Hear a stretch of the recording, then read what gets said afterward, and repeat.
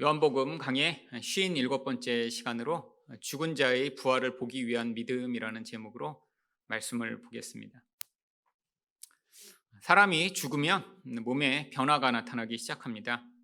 이 변화는 사후 이른 변화라고 하는 죽은 지 얼마 되지 않아 나타나는 변화와 또한 사후 늦은 변화라고 하는 12시간에서 24시간 이후에 나타나는 변화로 나누어집니다.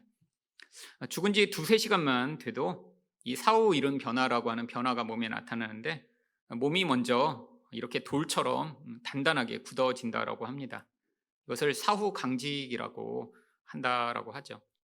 또한 몸에 관략근이 느슨해지면서 대변과 소변 같은 배설물이 몸에서 흘러나오고요. 또한 혈액순환이 멈추니까 이 피가 몸에 고여 있다가 이 멍이 든 것처럼 이렇게 군데군데 푸르게 변하는 시반이라고 하는 이런 증상이 나타난다고 하죠. 바로 몇 시간이 지나지 않아 몸이 이렇게 돌처럼 굳어지고 몸에서 배설물이 흘러나오며 또한 몸에 군데군데 멍이 든 것처럼 푸르게 변하는 이런 모습. 그런데 이 12시간만 지나도 이 몸에서 부패가 아주 심하게 진행됩니다.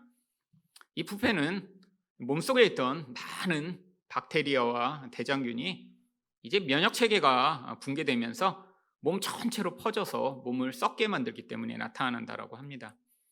그래서 내부에서부터 몸이 썩어가기 시작하고요.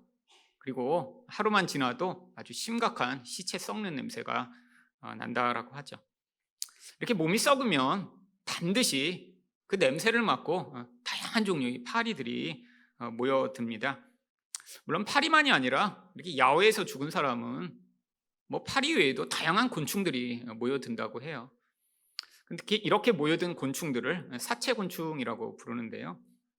특별히 파리가 가장 먼저 와서 가장 왕성하게 활동을 합니다.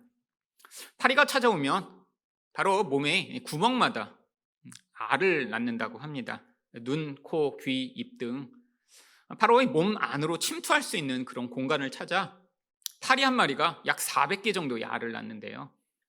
그리고 이 알은 8시간에서 12시간이 되기 전에 부화를 해서 바로 하루가 되기 전에 5에서 10mm 정도의 번데기로 자란다고 합니다.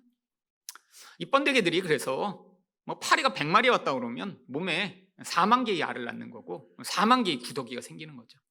그런데 일주일쯤 지나면 또 이 구더기가 다 번데기로 변하고 또 다시 파리가 돼서 사실 이렇게 실외에서 사람이 죽으면 약 2, 3주 정도면 몸에 뼈만 남고 또 이렇게 다 살들이 구더기에게 파먹히는 그런 상황이 된다라고 합니다. 바로 이 죽음이라는 것, 아무도 정말 누가 죽었다라는 사실을 모를 수 없게 큰 변화를 남기는 것이죠. 그런데 오늘 성경을 보면 바로 이 나사로가 죽어서 바로 나흘이나 시간이 지났습니다. 17절 말씀입니다. 예수께서 와서 보시니 나사로가 무덤에 있은지 이미 나으리라. 4일이 지났다면 이미 몸은 썩었고요. 아마 수만 마리의 구더기들이 온 몸을 파먹고 있는 그런 상황이었겠죠. 이 고대 근동에는 사람이 죽으면 바로 그날 장사를 지냈습니다. 지금처럼 냉동시설이 없는데 그 더운 날씨에 사람을 그냥 가지고 있으면 그 냄새를 감당할 수가 없었기 때문에 죽은 그날 바로 장사를 지냈죠. 그런데 이 중동의 이런 장례 문화는 아주 독특했습니다. 사람이 죽으면 먼저 돌무덤에 이렇게 사람을 갖다 장사를 지낸 뒤에 약 1년에서 2년쯤 시간이 지나서 다시 그 무덤을 열어 뼈만 남은 사람의 뼈를 이렇게 회수합니다. 그래서 가족의 그 뼈가 담겨 있는 그런 무덤에다 이제 바로 그 가족의 뼈들을 함께 모아놓는 그런 장례의 그런 일들을 했죠. 아마 이 돌무덤도 지금 1, 2년 정도 임시로 넣어놓는 그런 장소였을 것이고요. 나중에 돌을 굴려서 다시 그 뼈들을 회수해 가족들이 묻혀있는 곳에 함께 묻히고자 했던 것입니다. 성경에 나오는 이런 여러 가지 장래의 풍습이나 살아난 일도 한국 같은 상황이었으면 참 쉽지 않았을 것 같아요. 흙을 파갖고 다 묻어놨는데 나서려야 나오러라 해갖고 거기서 흙을 파헤치고 나올 수 없는 상황이잖아요.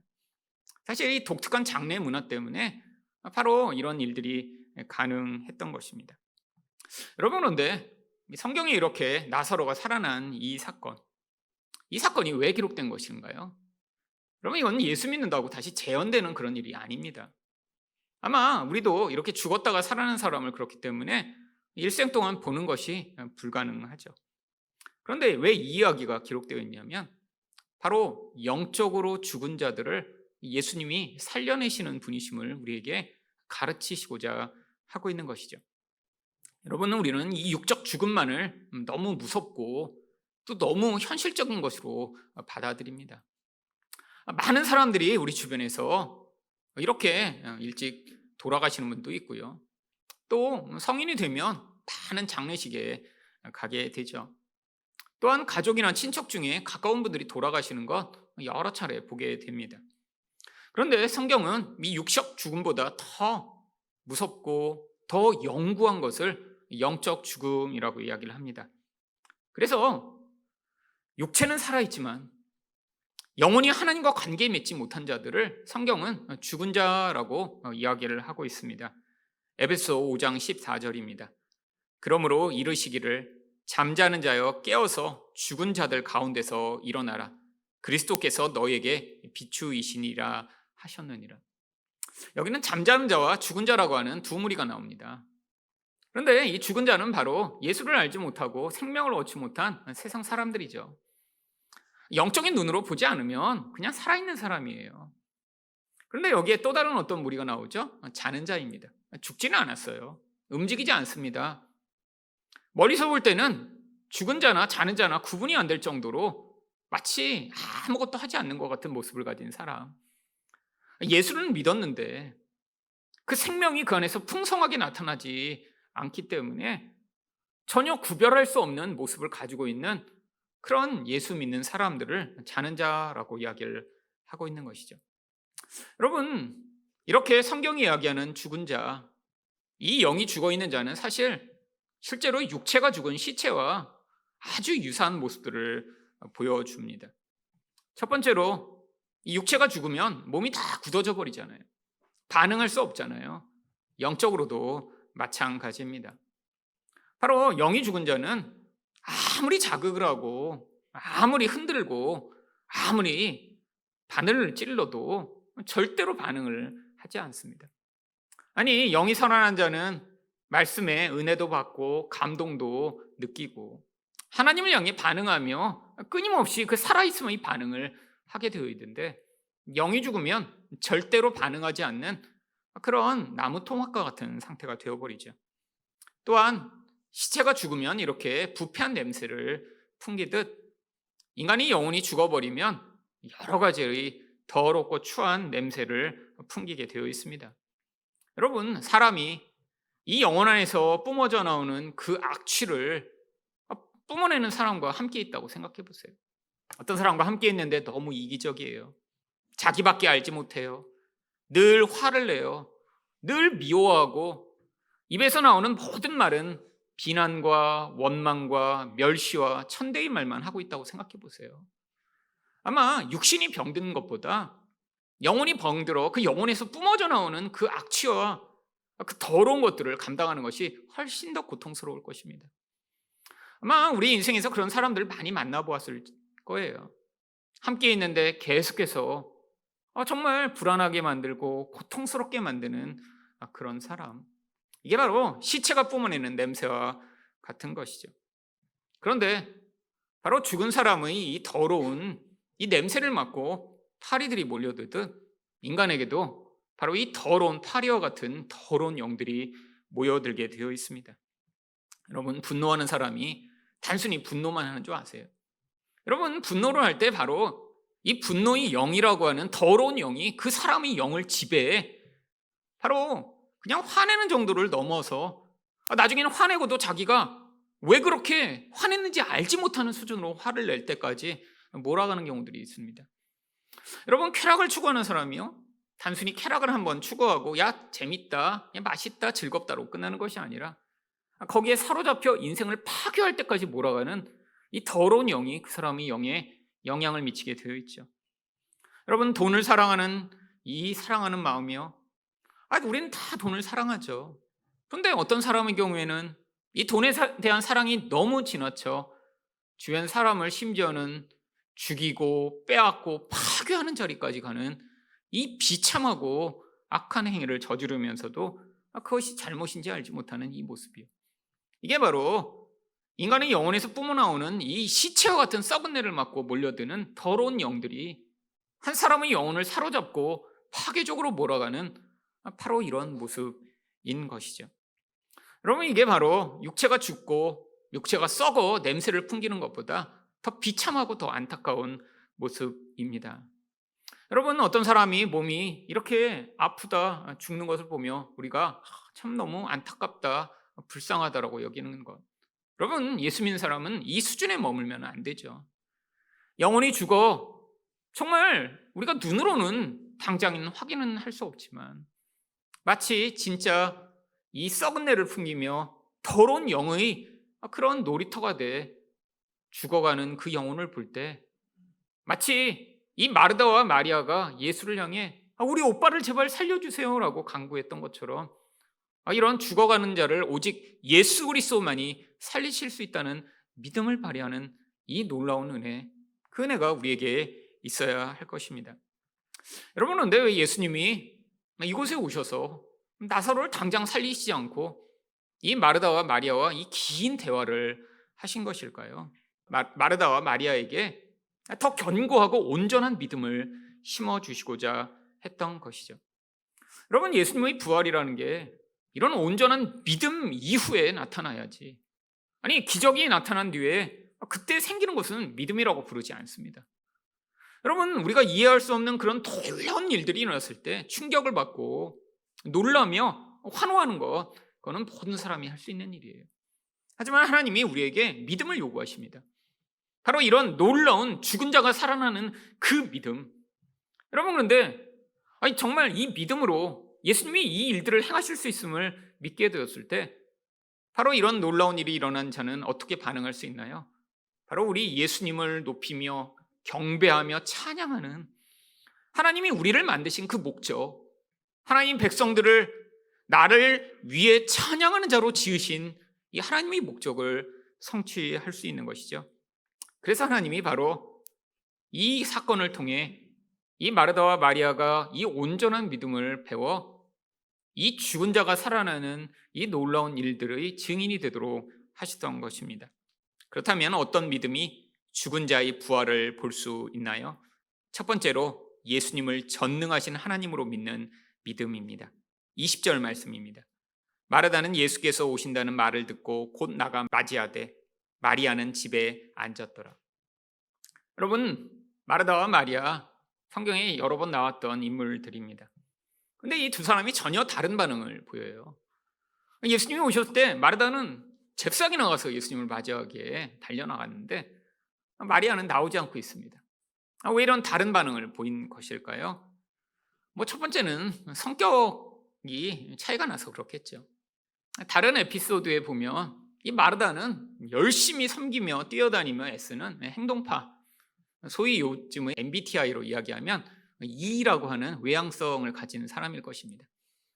이 마리아는 하지만 예수님 곁에 앉아 말씀을 듣고 그것을 기뻐하며 예수님이 마음과 공감하기 위해 쓰는, 요즘의 MBTI로 이야기하면 내향성을 가진 I겠죠. 그러니까 지금 예수님이 오시자마자 행동파인 마르다는 달려나갔는데 마리아는 그냥 집에 있었을 것입니다.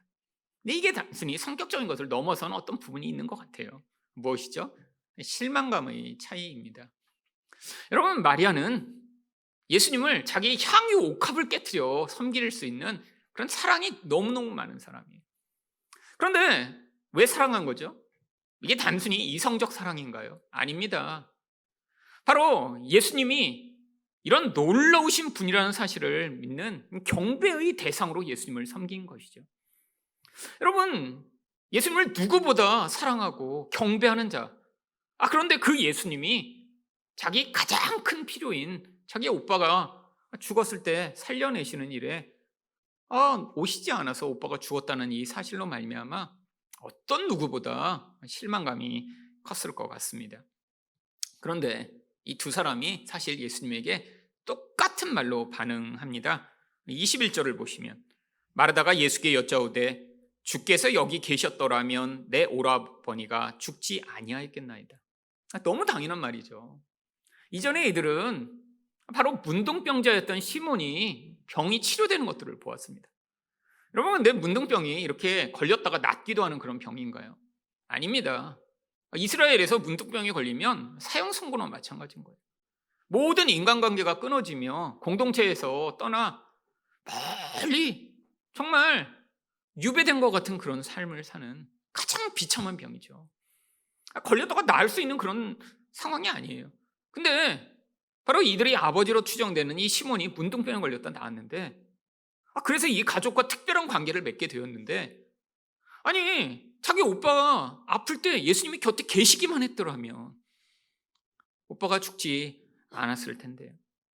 여러분, 나이 들어 이 나사로가 죽은 것이 아닌 것으로 보입니다. 당시에 14, 15살이면 다 시집가는 그런 곳에서 이 오빠도 아내 이야기가 나오지 않고 이 여동생들과 함께 있었다는 걸 보면 이 가족이 다 지금 아주 어린 그런 남매예요. 아마 20대 전후로 유추되는 그런 가족이죠. 그런데 여러분, 마리아도 똑같이 반응합니다. 32절입니다.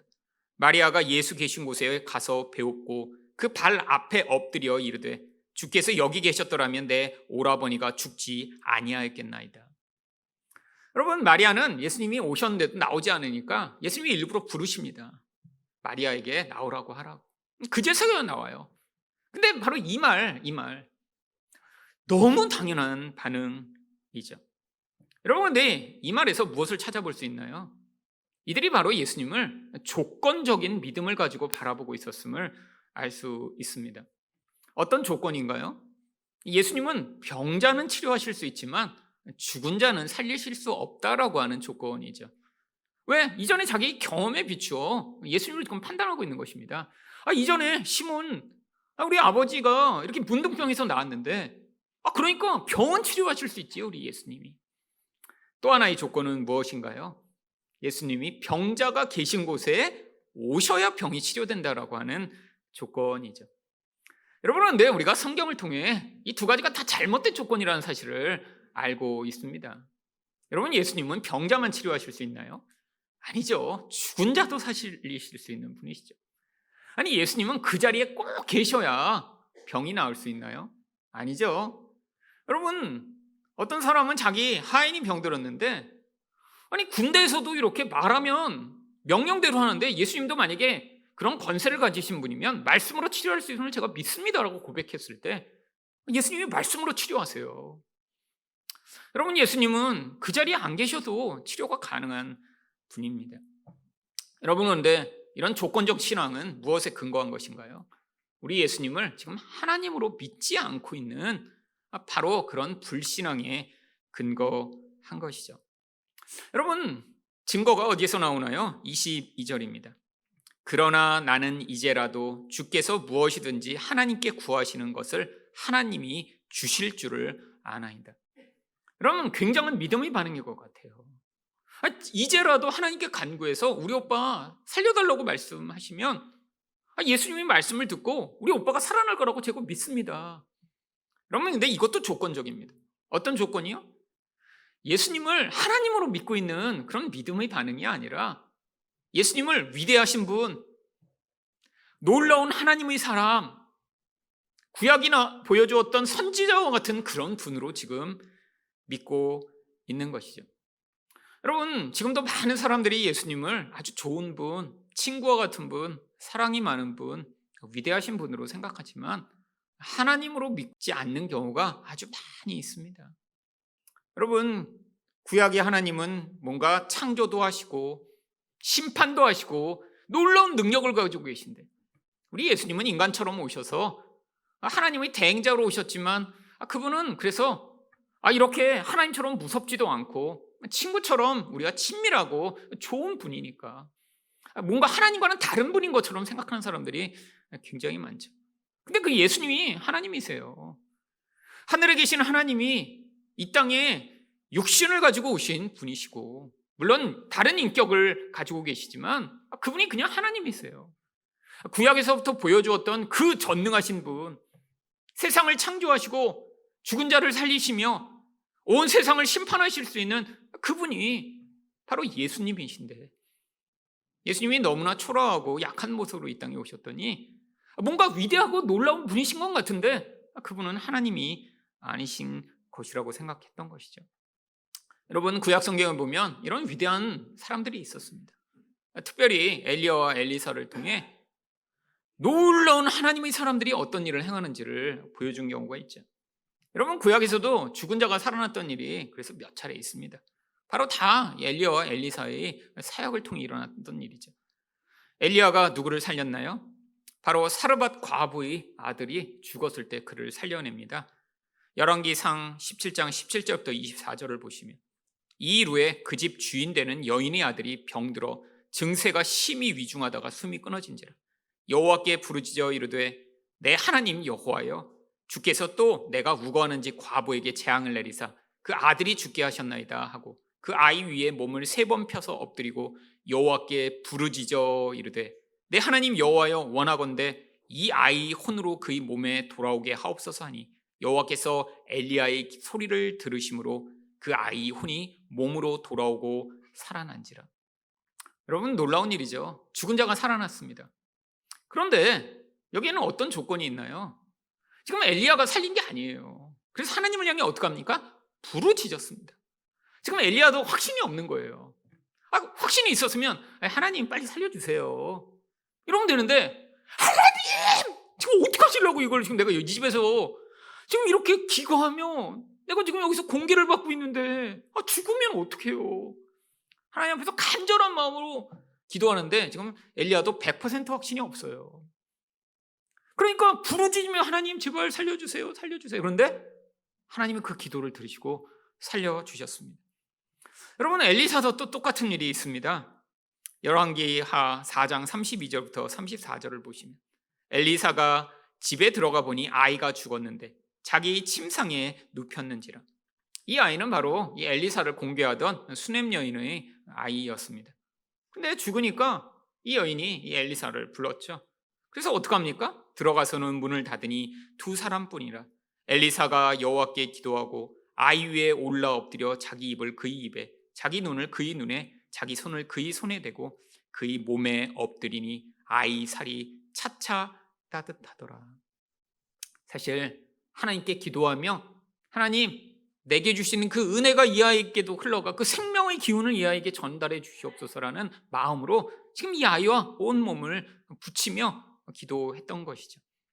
여러분, 이들은 하나님이 아니었기 때문에 이런 일을 하고 있으면서도 이 아이가 살아날까?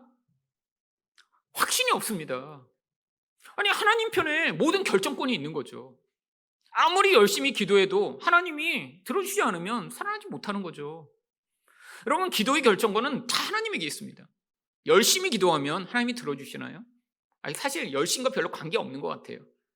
제가 예전에도 열심히 기도하면 우리 하나님이 불쌍히 여길까 그래서 제가 진짜 불쌍한 척 기도한 적 굉장히 많거든요. 그래서 어떤 때는 벽에다가 이렇게 머리 대고 되게 불쌍한 척 이렇게 기도하고, 근데 그렇게 하나 똑같더라고요. 하나님이 정말 하나님의 뜻이라 들어주실 기도의 제목이면 제가 그냥 마음으로 하나님 이건 들어주셔야 되는데요, 그냥 생각하듯이 기도했는데 들어주시는 경우도 있고요. 아니, 이게 하나님 뜻이 아니면 막 울고 불고 금식하고 막 심지어는 땅에다가 머리를 박으면서 기도도 해봤거든요. 이 사도 요한이 이렇게 땅에다 머리를 박고 기도해서 이렇게 이마가 이렇게 혹처럼 튀어나온 그런 그림이 있습니다. 얼마나 기도를 열심히 했는지. 그리고 그 밤모섬에 갇혀 있을 때 이 사도 요한이 이 굴에서 머리를 땅에 이렇게 박고 기도를 해서, 그래서 이렇게 굴이 이렇게 파였대요. 이게 믿거나 말거나인데, 그래서 이 사도 요한의 이제 후대의 이렇게 이제 초상화 그림을 보면 이마가 이렇게 튀어나와 있습니다. 근데 제가 그 사진과 그 밤모섬 이야기를 듣고 되게 감동을 받았어요. 야, 이렇게 머리를 박고 기도하면 하나님이 불쌍히 여기시나? 그리고 한때 그렇게 기도하려고 하다가 일단 몸이 굽혀지지가 않더라고요. 그래갖고 이제 이게 아무나 할 수 있는 게 아니구나. 이 사도연이 얼마나 이렇게 참 요가 자세처럼 이게 유연했으면 이게 가능할까? 그때 제가 포기했는데, 저도 그때 그런 마음이 있었어요. 누군가 들어주려면 불쌍히 하면 더 들어줄 것 같잖아요. 그래서 더 불쌍한 척, 더 힘든 척, 더 많이 울고. 근데 소용이 없어요. 여러분, 기도라는 건 하나님에게 달려있는 것입니다. 여러분, 기도는 하나님의 뜻에 부합된 것이 이루어지는 거예요. 그게 하나님의 뜻에 부합된다면 우리가 그렇게 불쌍한 척하지 않아도 하나님이 들어주십니다. 여러분, 그런데 우리가 아무리 열심히 간구해도, 심지어는 40일을 금식해도 그게 하나님의 뜻이 아니라면 들어지지 않는 거예요. 여러분, 지금 이 엘리야와 엘리사는 되게 간절한 상황입니다. 지금 이 두 사람에게 엄청난 헌신과 그런 은혜를 베푼 이 가족. 근데 가장 소중한 아이들이 죽었을 때 정말 하나님이 이 일을 들어주기를 간구하는 마음으로 하나님 앞에 나아갔던 것이죠. 여러분, 근데 예수님은 다르십니다. 예수님은 23절에서 뭐라고 얘기하세요? 예수께서 이르시되 내 오라비가 다시 살아나리라. 그냥 선포하세요. 여러분, 또 다른 점이 있습니다. 이전에 엘리야와 엘리사가 살렸던 아이들은요, 지금 죽은 지 얼마 안 됐어요. 지금 몸이 아직 썩기 전입니다. 지금 아직 부들부들해요. 여러분, 이런 아이가 살아나는 것, 이거는 가능할 듯 싶죠. 아직도 있는 일 아니에요. 그러면 심장이 멎은 줄 알고 영안실에 넣어놨는데 몇 시간 지나서 다시 심장이 뛰기 시작한 그런 할머니, 이런 이야기들을 우리 듣습니다. 여러분, 근데 지금 이 나사로는 상황이 전혀 달라요. 아까 이야기한 대로 이미 사후에 시간이 많이 지는 늦은 이 모든 현상들이 나타나며 몸이 썩어 익은 이 구더기가 다 파먹고 있는 상황이에요. 냄새가 나서 문을 열 수 없는 그런 상황이죠. 근데 예수님이 뭐라고 하세요? 내가 간구해 볼게. 아니에요. 예수님은 하나님이세요. 내 오라버니가 썩었지만 살아날 거야. 여러분, 근데 이 마르다가 어떻게 반응했나요? 자기가 아는 최선의 신학적 지식을 가지고 24절에서 반응합니다. 마르다가 이르되 마지막 날 부활 때에는 다시 살아날 줄 내가 아나이다. 믿음의 반응 같죠. 근데 어떤 반응이에요? 예수님을 하나님으로 믿는 반응이 아니라 자기가 가진 최선의 그 모든 지식을 동원해 그래, 나중에는 살아나겠지. 예수님이 거짓말하는 건 아니겠지. 그러니까 부활 때를 얘기하시는 거겠지 라고 반응한 것이죠. 여러분, 이것은 온전한 믿음이 아닙니다. 죽은 자가 부활하는 것을 볼 이 온전한 믿음이 되기 위hen 우리 예수님이 전능하신 하나님이심을 믿어야 되는 것이죠. 여러분, 지금도 많은 사람들이 예수님을 좋은 분, 훌륭하신 분으로 믿습니다. 근데 우리도 정말 예수님을 전능하신 분으로 믿고 있나요? 여러분, 여러분이 전능하신 분으로 예수님을 믿으면 삶에서 반드시 다른 반응이 나타나야 돼요. 여러분, 우리도 얼마나 우리 주변에 영적으로 죽은 사람들이 많이 있나요?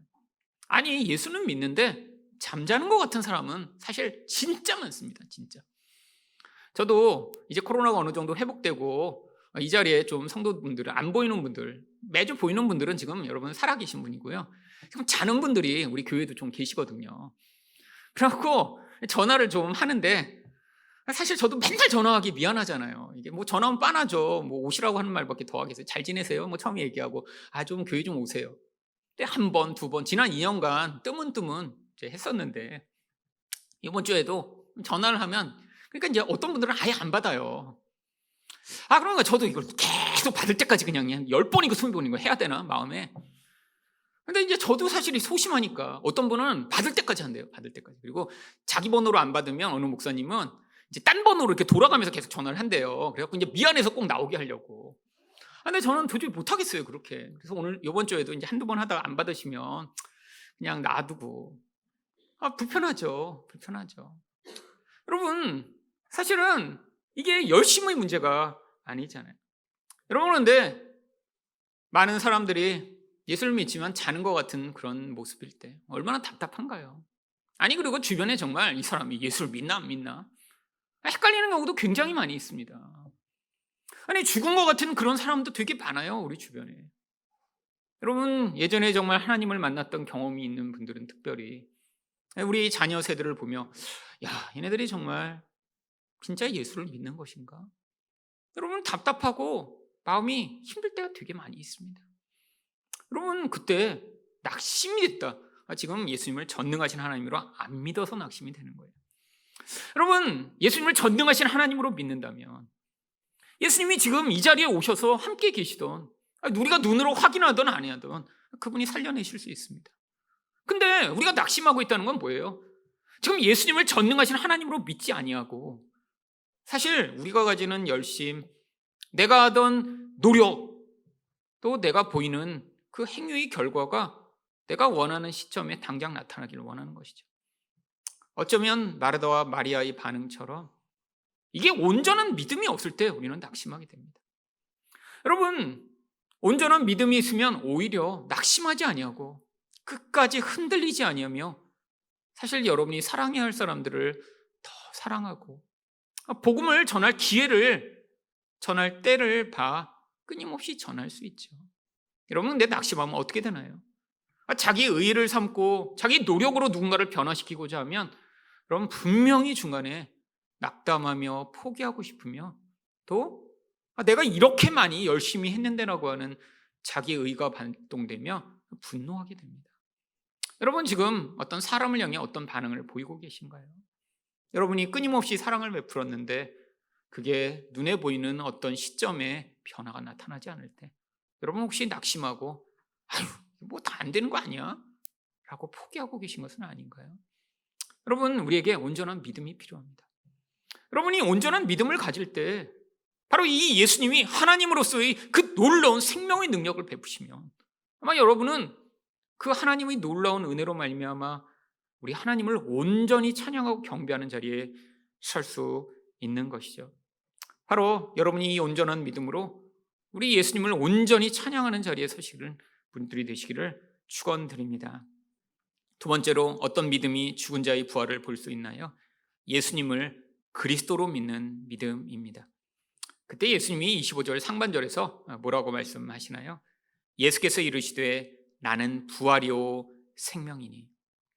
여러분, 예수님이 부활이나 생명의 능력을 전달하시는 것이 아니라 예수님 자체가 생명이시고 예수님 자체가 부활이시라고 말씀하는 거죠.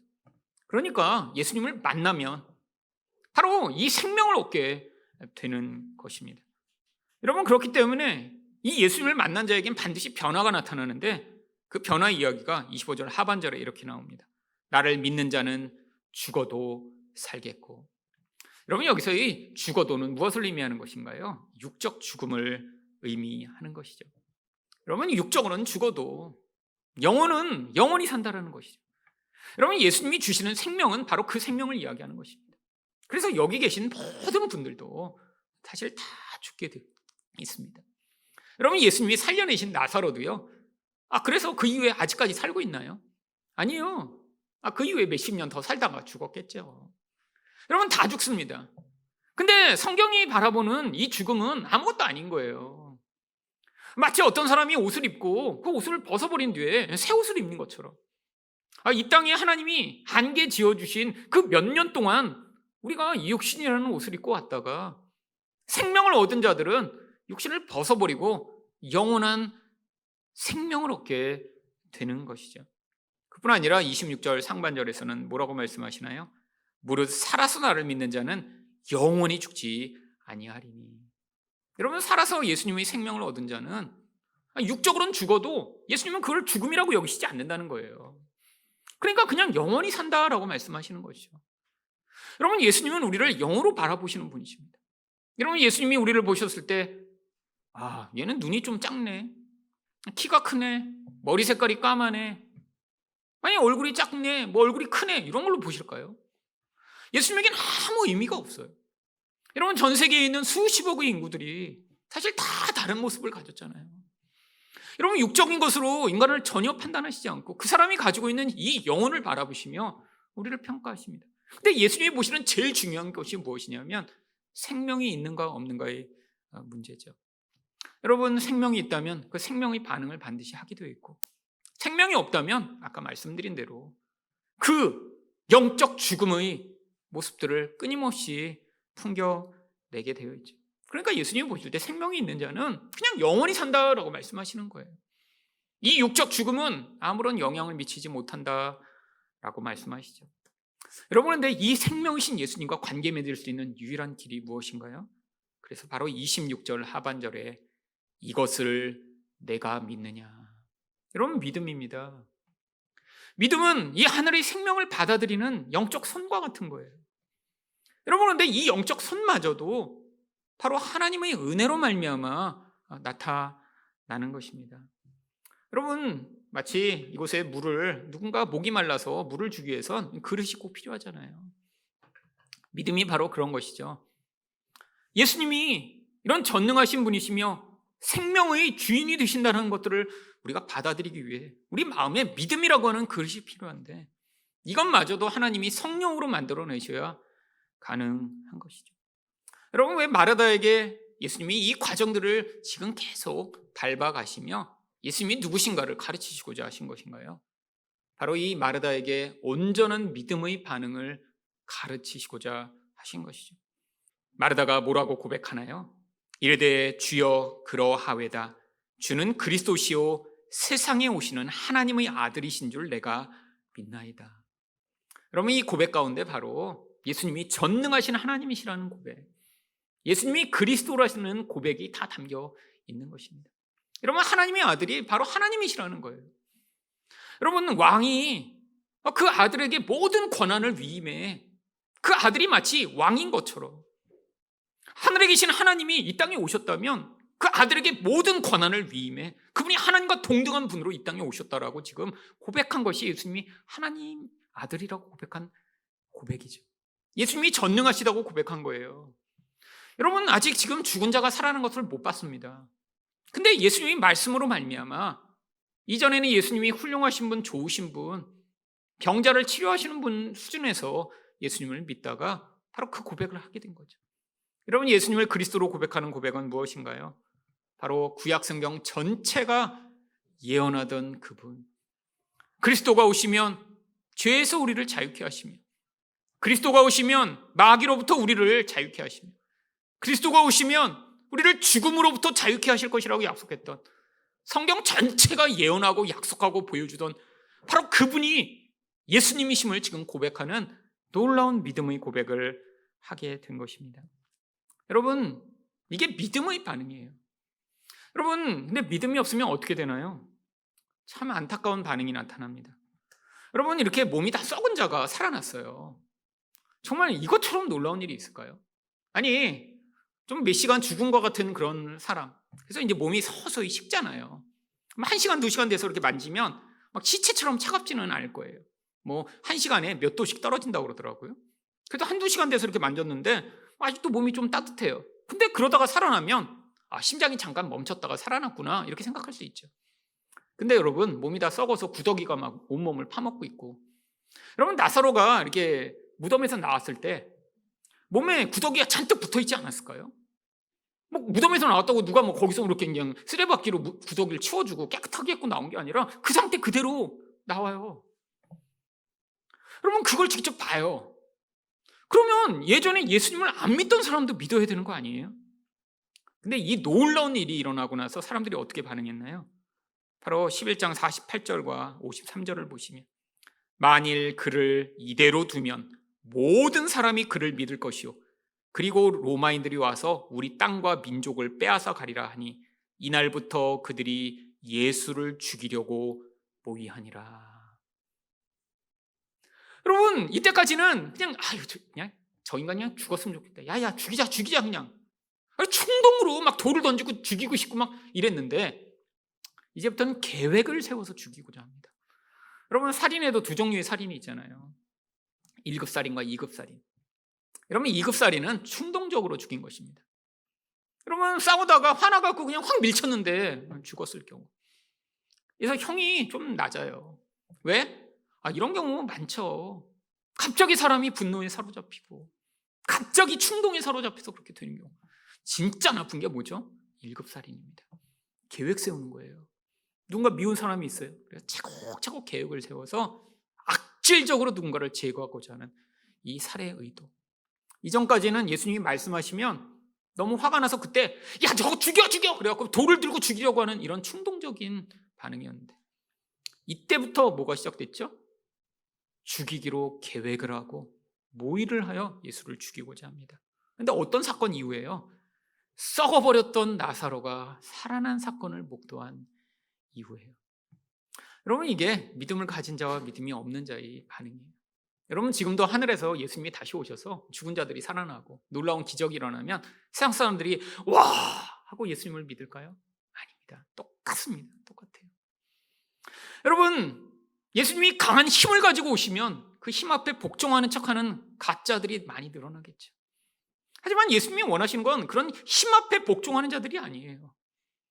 아니, 도저히 소망이 없던 자가 우리 예수님으로 말미암아 살아나는 것들을 보며 그 믿음의 결과가 얼마나 놀라운 것인가를 목도하여 우리 하나님을 찬양합니다.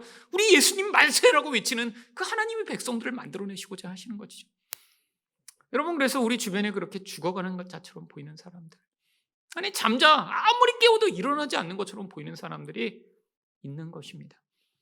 여러분 주변에 그런 사람이 아무도 없으신가요? 여러분, 지금 눈을 뜨셔야 돼요. 어쩌면 지금 자기밖에 모든 관심이 없는지도 모릅니다. 아니요, 눈을 열면 도처에 그런 사람들이 너무너무 많아요. 여러분, 믿음을 가져 지금 하나님께 반응해야 되는데 세상의 쾌락에 사로잡히고 예배 드리는 거 싫어하고, 아니 하나님이라고 하는 존재는 그냥 내가 어려서 교회 다녔던 그냥 나의 액세서리에 불과한 그런 사람들, 이 한국 얼마나 많이 늘어나고 있나요? 여러분, 교회마다 목사님을 만나면 제일 안타까워하는 게 뭐냐면 큰 교회일수록 정말 지금 나이 드신 분들밖에 교회에 없다라고 하는 거죠. 여러분, 어떤 큰 교회는 3, 4천 명 되는데 그 3, 4천 명 가운데 5, 60대가 거의 80%가 넘고 30대에 집사가 한 수십 명밖에 안 되더라고요. 3, 4천 명 교회. 그러니 뭐 애들도 몇 명 안 되고, 옛날에 대학부 막 수백 명씩 다녔던 그런 교회인데 지금은 몇십 명밖에 없는 그런 교회들도 많습니다. 부모님은 장로님이고 신앙이 좋으시고 막 헌신하시고 그러셨는데 자녀 세대들이 점점 예배드리고 하나님을 아는 일에 무관심한, 자는 자, 어쩌면 죽은 자과 같은 그런 상황들, 이게 한국교회의 현실이죠. 여러분, 지금 20대는 약 10%밖에 종교에 관심이 없습니다. 아니 뭐 기독교가 싫어서가 아니에요. 그냥 이 세상이 너무 어쩌면 각박하면서 어쩌면 또 너무 즐겁기 때문에 하나님을 그렇게 간절하게 찾을 필요가 없는 것이죠. 여러분, 근데 무엇이 필요한가요? 우리가 열심을 낸다고 죽은 자가 살아나나요? 아니요, 우리는 하나님이 아닙니다. 여러분, 인정하셔야 돼요. 아무리 노력해도요, 자는 자 깨우는 것도 불가능하고요, 죽은 자 살리는 건 더더욱 불가능합니다. 여러분, 집에서도 이렇게 늦잠 자는 애 깨우면 어떠세요? 감사합니다, 아빠. 그렇게 깨워주셔서. 이런 경우 없습니다. 왜 깨워? 내가 일어난다고. 이게 정상적 반응이에요. 여러분, 다 자기 생각 가지고 살잖아요. 여러분, 영적으로 누가 자는 것 같아요. 그래서 좀 예수 믿고 막 열심을 부리고 막 한두 번이죠. 머리가 큰 사람은 안 듣습니다. 여러분, 어떻게 해야 돼요? 우리가 믿어야죠. 우리 예수님이 전능하십니다. 우리 예수님이 그리스도십니다. 우리 예수님만이 죽은 자를 살리실 수 있고 우리 예수님만이 생명을 주실 수 있습니다. 여러분, 진짜 믿는다면 낙심하지 않을 것이고요, 화나지 않을 것이고요, 포기하지 않을 것이고요, 끝까지 그것들을 믿으며 기도하실 것이고요, 언젠가 여러분의 그 놀라운 믿음 가운데 하나님이 일하시는 것들을 보게 될 것입니다. 여러분, 바로 이 예수님이 마르다와 마리아에게 이 믿음이 생기도록 가르치셨던 것처럼 바로 여러분 또한 이 믿음으로 말미암아 우리 예수님이 그리스도시며 전능하신 하나님의 아들이심을 믿어 놀라운 하나님의 영광을 보시기를 예수 그리스도 이름으로 축원드립니다.